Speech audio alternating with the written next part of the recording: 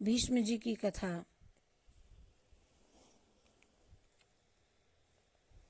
जय श्रीमद् देवी भागवत पुराण के द्वितीय स्कंद में भीष्म जी की कथा। सूत जी कहते हैं कि सत्य पराक्रमी राजा शांतनु एक बार शिकार खेलने गए। वे गंगा तट पर घने जंगल में घूम रहे थे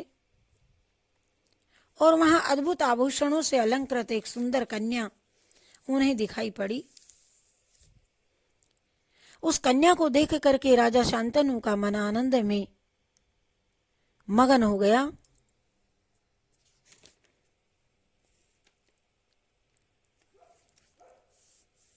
और वे मधुर वचन कहने लगे,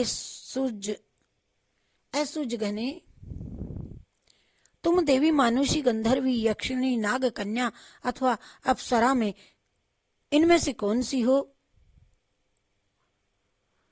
तुम जो भी कोई हो, इस समय मेरी धर्म पत्नी का स्थान स्वीकार कर लेना तुम्हारे लिए उचित ही है। सूत जी कहती हैं, राजा शांतनु को निश्चित ज्ञान न था कि ये गंगा है, किंतु गंगा जानती थी कि ये राजा महाभीष हैं। महाभीष शांतनु जो इस समय शांतनु के रूप में उत्पन्न हुए हैं। अतः पूर्व प्रेम के संबंध को याद करके गंगा ने राजा की बात मान ली।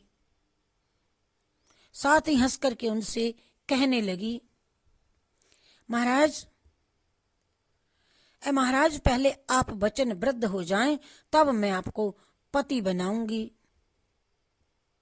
राजन, मैं जो कुछ भी कार्य करूं वह अच्छा हो अथवा बुरा, उसे रोकने के आप अधिकारी रहेंगे। मुझसे अप्रिय वचन कभी नहीं कहेंगे।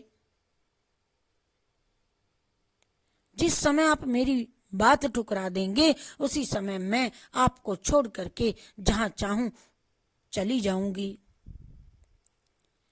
वसुगण जन्म लेने की बात गंगा जी से प्रार्थना पूर्वक स्वीकार करा चुके थे तथा महाभीष का पूर्व प्रेम भी उन्हें स्मरण था।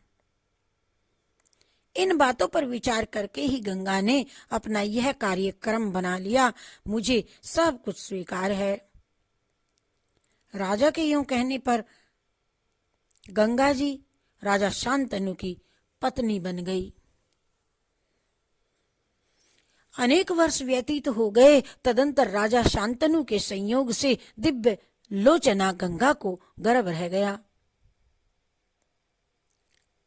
उनसे पुत्र के रूप में वसु की उत्पत्ति हुई। उत्पन्न होते ही उस पुत्र को उन्होंने गंगा जी के जल में फेंक दिया। दूसरी की भी यही हालत हुई। तीसरा, चौथा, पांचवा, छठा और सातवां, ये सभी बालक यूं गंगा जी के द्वारा काल के ग्रास बना लिए गए।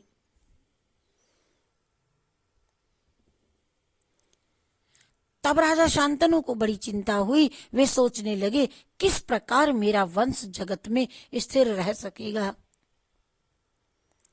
ये स्त्री तो पाप का साकार विग्रह है, तभी तो इसने 7 पुत्र मार डाले। अरे, मैं इसे मना करता हूं तो निश्चय ही यह मुझे छोड़ करके चली जाएंगी और वंश की रक्षा के लिए यत्न करना मेरे लिए अति आवश्यक है। तदंतर स्त्री के वशीभूत होकर के मुनिवर वशिष्ठ जी की नंदिनी गौ को चुराया था।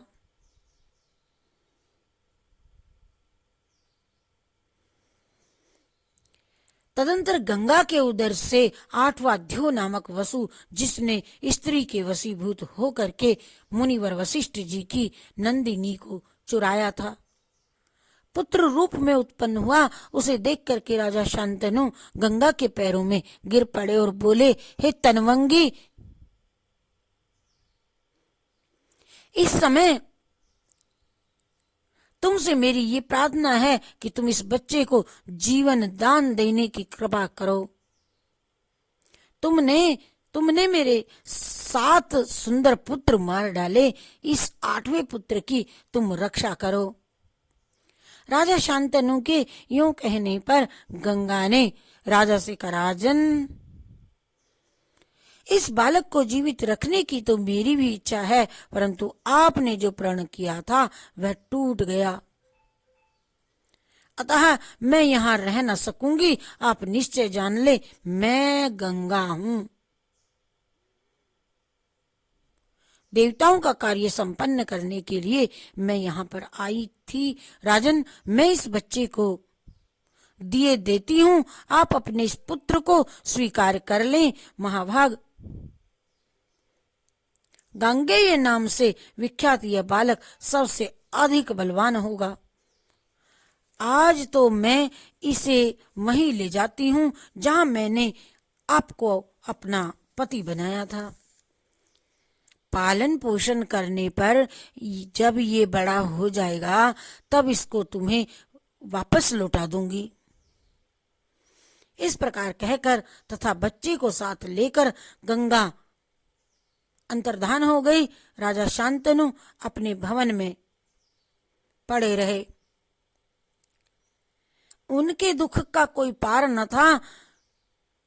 इसके बाद राजा शांतनु एक बार शिकार खेलने गए। वे धीरे धीरे गंगा जी के तट पर पहुंच गए और वहां जाकर देखा कि उन्हें एक कुमार दिखाई पड़ा जो गंगा तट पर खेल रहा था। वह बालक विशाल धनुष पर बाण चढ़ाकर उन्हें छोड़ रहा था। यही उसकी क्रीड़ा थी। जब गंगा जी उसी रूप में प्रकट हुई जैसा सुंदर रूप पहले दिखा चुकी थी। गंगा बोली, राजेंद्र, ये तुम्हारा ही पुत्र है। मैंने इसकी रक्षा अब तक की, अब 8वां वसु है यह। मैं अब इसे तुम्हारे हाथों में सौंप रही हूं। इस प्रकार कह करके गंगा ने वह बालक राजा शांतनु को सौंप दिया और वे स्वयं वहां से अंतर्धान हो गई। हस्तिनापुर पहुंचने पर महाराज शांतनु ने बड़े समारोह के साथ उत्सव मनाया। सूत जी कहते हैं, मुनियों, भीष्म जी के जन्म पर गंगा की उत्पत्ति में जो भी कुछ कारण थे वे सब मैंने तुम्हें बता दिए। हरि शरणम हरि शरणम हरि शरणम हरि शरणम।